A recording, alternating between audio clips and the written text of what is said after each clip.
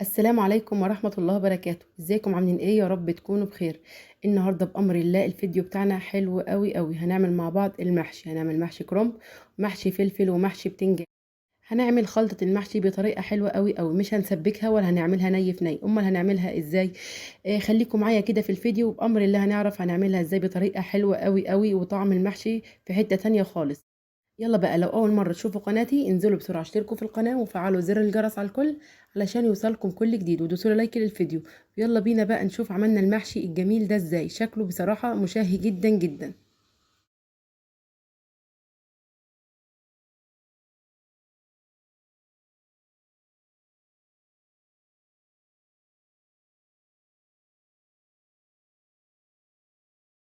طبعا اول حاجه انا هبدا بيها الطماطم. انا الطماطم دي هغسلها كويس جدا. ده الكيلو اللي جبته معاكم في المشتريات. هبدا كده اخده كله، هغسله كويس جدا جدا، وهجيب السكينه واعمل فيه حرف الاكس كده من فوق بالشكل اللي شايفينه قدام حضراتكم كده. هفتح الطماطم كده بالشكل ده. طبعا ليه انا هسلق الطماطم للمحشي؟ طبعا لما اسلق الطماطم بيديني طعم في منتهى الجمال، وبيزود اللون كمان معايا، بيعزز كده اللون بتاع الطماطم. اي حته كده مش عايزاها في الطماطم هبتدي كده اشيلها. اهم حاجه تغسليها كويس جدا جدا. هاخدها كده على النار بدون اضافه اي ميه، وهدي عليها النار. نيجي بقى للفراخ. ده الكيلو الكف اللي قلت لكم اللي كان في فيديو المشتريات. ابتدي انضفه بالشكل ده، احوش اي قطعه كده انا مش عايزاها بالشكل ده. طبعا انا حاطه كيس على البلانشه زي ما قلنا قبل كده، علشان انا بستخدم البلانشه دي في حاجات تانية كتير، فعلشان البكتيريا اللي في الفراخ بعد كده هاخد الكيس كده وارميه في الزباله على طول.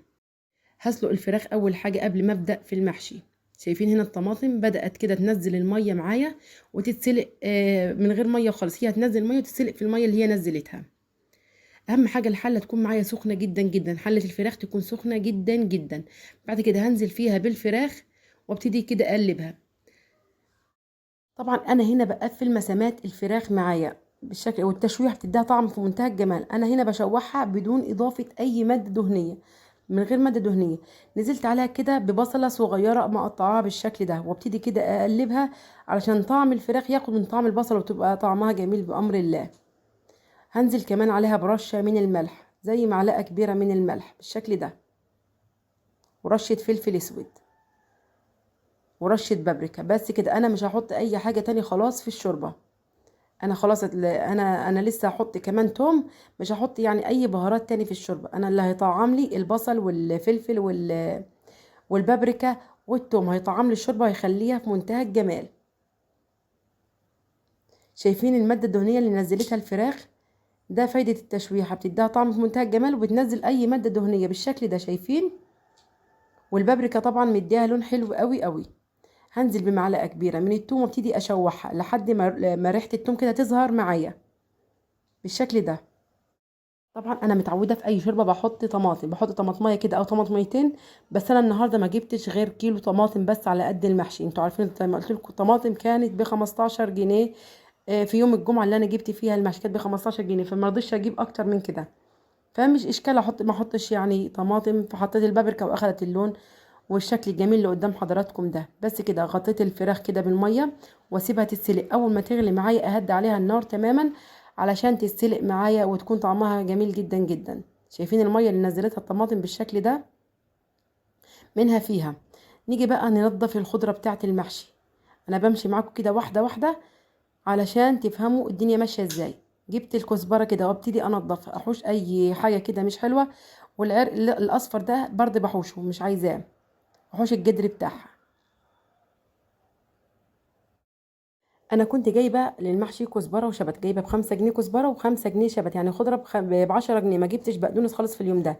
بس كده هبتدي اغسل الخضره معايا كويس وانقعها في ميه بخل بالشكل ده، واسيبها زي 10 دقايق بس مش اكتر.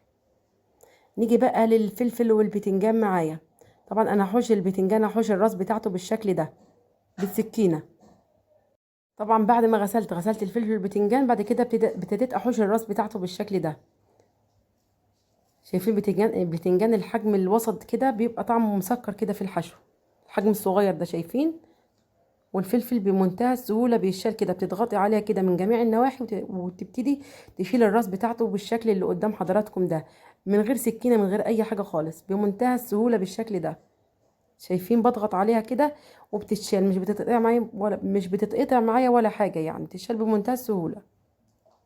بصراحه مفيش اسهل من كده. بس كده هخلص الكميه اللي قدام حضراتكم دي كلها.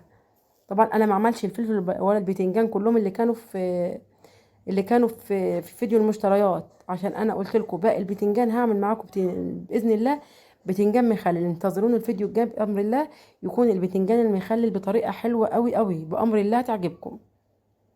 بس كده هنا خلصت الكميه كلها بالشكل ده. مش فاضل غير اني اقور البتنجان بس وخلاص. شايفين الحركه اللي انا بعملها كده في البتنجانه؟ انا بطريها كده علشان تتقور معايا بمنتهى السهوله. انا عندي المقورين دول، المقور ده اللي قدامكم، لو البتنجانه معايا كبيره شويه بيقورها بمنتهى السهوله، او الكوسه يعني مش بتاخد وقت خالص معايا، بس البتنجان الصغير بقوره بالمقور التقليدي بتاعنا. زي ما انتم شايفين التقوير بمنتهى السهوله كده. انا خلاص انا مرطت كده البتنجانه قدامي على الرخامه، هي طريت معايا بتتقور بمنتهى السهوله، مش بتتقطع معايا ولا حاجه. انا جبت لكم الفيديو من اوله لاخره، جبت لكم من اول ما سلقت الطماطم ونقيت الخضره كده من اوله لاخره، علشان العرايس الجداد اللي لسه داخلين المطبخ جديد، او بناتنا الصغيرين اللي لسه داخلين المطبخ جديد، علشان كله يتعلم بالشكل ده. هبدا اول بتنجان زي ما قلت لكم، ارجع لتقوير بقى البتنجان واقوره بالشكل اللي قدام حضراتكم ده. طبعا لو البتنجان معايا كبير شويه، كان المقوار اللي قلت لكم عليه اللي قدامي ده بينجزني بصراحه، بينجزني لو في المحشي معايا، يعني البتنجان او الكوسه حجمهم كبير شويه. طبعا الكوسه بتبقى الحجم الكبير شويه ده بيبقى طري كده ومسكر. بس كده هبتدي اخلص بالشكل ده. هنا جبت لكم بتنجانه كبيره شويه بالشكل ده، وابتديت اقورها بالمقوار اللي قلت لكم بينجزني ده. بصراحه كده في ثواني كانت جاهزه معايا ومتقوره وزي الفل بالشكل ده. بس كده انا خلصت كميه البتنجان والفلفل بالشكل اللي قدام حضراتكم ده، وبقوا جاهزين معايا. علشان اطعمهم بقى معايا، جبت حبه ميه وانزل عليهم بالملح. ميه املحها يعني، تكون الملح بتاعها مظبوط معايا. جبت حبه ميه كده ونزلت عليهم معلقه كبيره من الملح، واحطها على الفلفل والبتنجان معايا علشان يحيقوا يبقى طعمه جميل معايا. بس كده هسيبه منقوع في الميه والملح لحد ما اجهز الخلطه بالشكل ده. وهنا معايا كمان كرنب كان في الفريزر، والخضره هنا انا خلاص هخرجها كده من الميه بتاعتها واقطعها. نرجع بقى للطماطم. الطماطم هنا عندي كانت اتسلقت بالشكل ده سلق كامل، وكانت بردت كمان، فهضربها في الخلاط. نيجي الحله اللي هنسبك فيها الطماطم، هاخد الدسم اللي على وش الشوربه، زي ما قلت لكم في الفيديوهات اللي قبل كده. انا باخد الدسم اللي على وش الشوربه اطبخ بيه، فخدت الدسم كده اللي على وش الشوربه بالشكل ده، واسيبه على النار لحد ما الشوربه اللي فيه تتبخر، يعني يبقى دسم معايا خالص كده، ما فيهوش اي شوربه بالشكل ده. شايفين الفراخ نزلت دسم قد ايه؟ انا ما حطيتش ولا معلقه دسم ولا معلقه سمنه ولا معلقه زيت ولا معلقه اي حاجه، هي الدسم ده نزلته الفراخ منها. فده طعم الفراخ. هاخدها كده على النار بدون اضافه اي حاجه دلوقتي لحد ما تنشف خالص، مش الشوربه كده تتبخر معايا. بعد كده هضيف لها الزيت معايا. بعد ما اتبخرت الشوربه هضيف الزيت معايا، وبكده انا وفرت كمان في الماده الدهنيه. هنزل بالطماطم اللي انا خلطتها، شايفين هي سلقت معايا وبقت جاهزه بالشكل ده، واسيبها بقى على النار تاخد كده غلوتين 3 تتسبك كمان شويه. جربوا الطريقه دي، ده اخف محشي ممكن تجربوه، وطعمه بيبقى في منتهى الجمال، طعمه بيبقى كده مختلف، طعمه جميل جدا جدا. بس كده هسيب الطماطم اغطيها واسيبها لحد ما تتسبك معايا. مش هضيف البهارات دلوقتي، بس هسيبها كده تتسبك معايا كمان. واثناء ما الطماطم كده تتسبك، انا هفرم البصل في الكبه بالشكل اللي هتشوفوه دلوقتي قدام حضراتكم. وهنا كنت فرمته خلاص، شايفين بالشكل ده.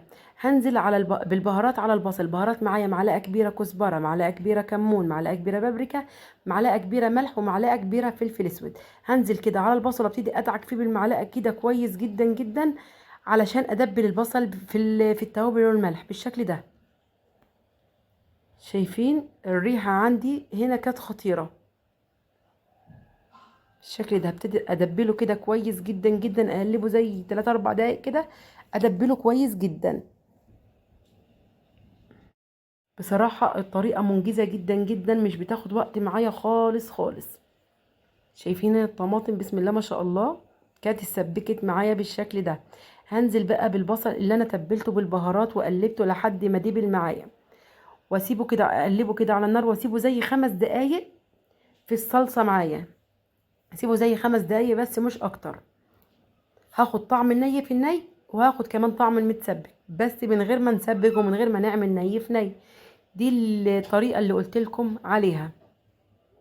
طبعا ايدك فيه على طول علشان ما يلزقش معاكي في الحله، عشان احنا خلاص حطينا البصل فهو سهل خالص انه يلزق معاكي في الحله. عايزه اقول لكم ان الكاميرا والله العظيم ظالمه لون الصلصه بتاعت المحشي، لون التخديعه دي ظلماها.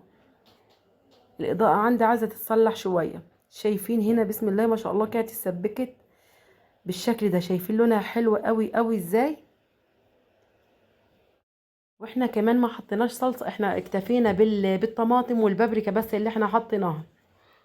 بس كده خلاص، هي كده خلاص اتسبكت معايا. هنزل بمعلقه سمنه بلدي كده في الاخر تاخد الطعم بس مش اكتر، علشان اعزز الطعم في خلطه المحشي، يبقى المحشي في حته تانية خالص، يبقى المحشي كده جميل معايا. طبعا السمنه البلدي بتحلي اي حاجه تتحط فيها. جبت كيلو الرز اللي انا كنت شارياه ب25 جنيه في فيديو المشتريات، وحطيت عليه قطعت الكزبره والشبت صغير بالشكل ده، وقلبتهم في بعض. ونزلت كده بتخديعه المحشي. هنزل حبه بحبه كده علشان لحسن ما احتاجهاش كلها، يعني هنزل حبه بحبه كده لحد ما تتظبط معايا. بس هي خلاص احتاجت كل الكميه معايا بالشكل ده، وبقت الخلطه معايا في منتهى الجمال، وريحتها زي العسل، ولونها زي القمر بالشكل ده. انا مش بضيف الرز خالص على النار علشان ما يطراش معايا، والخضره كمان مش بضيفها علشان تحتفظ باللون معايا. كمان ضفتي معلقه صغيره من الملح، كانت محتاجه ملح معايا، ورشه فلفل اسود، وقلبتهم كويس بالشكل ده. نيجي بقى لحله محشي الكرنب. جبت كده العيدان بتاعه الكزبره اللي هي تبقى ناشفه، دي اللي انا ما استخدمتهاش في المحشي، وحطيتها في ارضيه الحله، فرشتها في ارضيه الحله بالشكل ده. طبعا انا عندي طريقتين لللف. الطريقه انك تجيبي ورق الكرنب تفرديه كده قدامك على حاجه، وتحطي الخلطه جوه كل صباع الخلطه المناسبه ليه بالشكل اللي قدام حضراتكم ده عايزه اقول لكم الطريقه دي بتلفيها بمنتهى السهوله، مش بياخد معاكي وقت خالص. تبتدي كده تلفي كل صباع بالشكل ده. شايفين؟ بسرعه الصاروخ زي ما بيقولوا، مش بياخد وقت خالص. طبعا الاسهل لك لفي، لسه معانا كمان هنلف على ايدنا، واللي اسهل لك اعملي بيه. شايفين الصباع حجمه حلو قوي ازاي؟ طبعا راعي ان ما يكونش فيه رز على الجوانب كده، نضفيها كويس علشان ما يبقاش في حله المحشي معاكي رز بالشكل ده. شايفين الصباع شكله حلو قوي ازاي، وحجمه كمان مناسب جدا جدا. نيجي بقى نلف على ايدنا. اخد كده حبه رز مش كتار، واضغط كده على الصباع انا وبلفه علشان يبقى ماسك نفسه معايا. هنا هبدأ كمان ألف كمان كده شوية تاني على البلانشة بالشكل ده. مقدار الرز ما تكتريهوش قوي عشان لسه هيزيد معاكي جوه صباع المحشي. ونضفي صباع المحشي قبل ما تحطيه في الحلة. شايفين حجمه حلو قوي ازاي؟ ما شاء الله تحفة. طبعا انا بستسهل قوي اللف على ايدي، فانتي زي ما تحبي.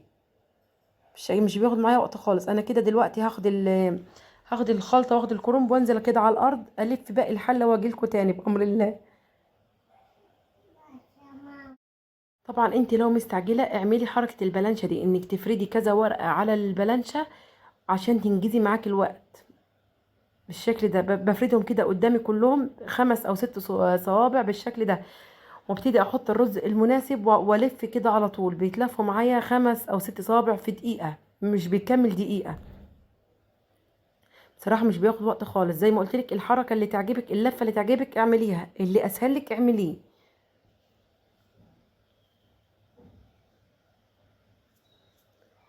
هنا زي ما انتم شايفين انا لفيت كده حبه، واخد الحله زي ما قلت لكم، واخد الخلطه وكل حاجه على الارض كده، واكمل لف في الارض. وهنا خلاص كنت خلصت لف بالشكل ده. شايفين شكل المحشي حلو قوي ازاي من قبل ما يستوي؟ بصراحه تحفه بالشكل ده. هجيب بقى الورق الاخضر اللي انا ملفتوش كده، واحطه على وش المحشي معايا بالشكل ده، علشان اكتم البخار كده، وكل المحشي معايا يستوي سوا واحد. شايفين كده؟ غطيتها كلها. نيجي بقى نحشي البتنجان. والبتنجان معايا متعب شويه علشان كان حجمه صغير مش كبير قوي، يعني في كده حجمه حلو، في كده حجمه صغير. كده ادخل الرز كده بالشكل ده. طبعا مش بملى البتنجانة على الاخر عشان لسه الرز هيزيد معايا زي ما قلت لكم.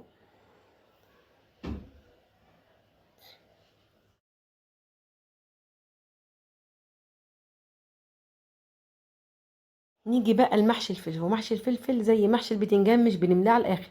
على فكرة ده اسهل محشي ممكن تعمليه، لا بتلفي ولا اي حاجة خالص، انت بتعبي كده وخلاص. طبعا بنعبي التلات ارباع بس ونسيب الربع فاضي، بنسيب الربع فاضي عشان لسه الرز هيزيد معانا اثناء التسوية، عشان لما تمليش اكتر من ما تمليش اكتر من التلات ارباع علشان الرز ما يزيدش معاكي يبقى المنظر مش احلى حاجة يعني. وهنا خلاص كنت خلصت كمية الفلفل بالشكل ده. شايفين انا موقفه الفلفل والبتنجان في الحله، جايبه حاجه كده من ورا سانده بيها الحله، وابتدي كده اوقفهم لحد ما اكمل الحله بالشكل ده. هنا خلاص خلصت الكميه وجبت المحشي الكرنب، ابتدي اسقيه كده بالشوربه. طبعا السطر اخر سطر كده في المحشي بيبقى سوى الشوربه بالشكل ده. اخر سطر مش السطر اللي قبله، انا بيطلع معايا المحشي كده مظبوط على الشعره. والفلفل طبعا احنا زي ما احنا عارفين مش بيحتاج شوربه كتير. شايفين انا بميل الحله كده الشوربه بتظهر معايا، بس على كده هي مش ظاهره معايا، بس اميل الحله كده بتظهر الشوربه معايا. زي ما قلت لكم اهز المحشي الكرنب كده علشان الشوربه تتغلغل جوه المحشي كده ويستوي معايا ويبقى جميل. والشوربه تكون مغطيه اخر سطر من المحشي معايا. واول ما تغلي بعد 5 دقايق كده من الغليان اهدي عليها النار تماما لحد ما يتشرب معايا ويبقى جميل. شايفين هنا بدأ يغلي كده، اهدي عليه النار تماما كده واسيبه لحد ما يستوي معايا. شايفين بالشكل ده. هنا خلاص كان فاضل له تكه كده بسيطه واطفي عليه. هجيب معلقه من السمنه البلدي كده على وشه وبتنقله في حته تانية خالص بالشكل ده. حته سمنه بلدي او حته قشطه على حسب الموجود عندك. شايفين كده، شايفين شكل المحشي ولونه جميل قوي ازاي، تحفة ما شاء الله. بس كده هبتدي كده بعد ما حطيت على السمنة البلدي هغطيه واسيبه يكمل سواه تاني. شايفين هنا الرز ما خرجش من المحشي الفلفل ولا البتنجان بصراحة. مظبوط على الشعرة، يعني الرز كده مظبوط على الشعرة زي ما قلت لكم، التلات ارباع رز والربع فاضي. تلات ارباع الصباع رز والربع التاني فاضي. وهنا خلاص كان المحشي استوى معايا بالشكل القمر ده. شايفين شكله تحفة ازاي. ابتدي بقى اقدمه بالشكل ده. شايفين هو لسه سخن مولع، والحله ما لزقتش معايا ولا اي حاجه. زي ما قلت لكم شايفين الحله فاضله زي ما هي بالشكل ده. الشوربه مظبوطه جدا جدا زي ما قلت لكم، اظبطوها بالطريقه اللي قلت لكم عليها.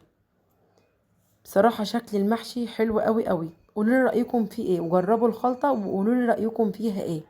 انا هقدم بالشكل اللي قدام حضراتكم ده، وانتوا براحتكم تماما، كل واحد يقدم بالطريقه اللي تعجبه.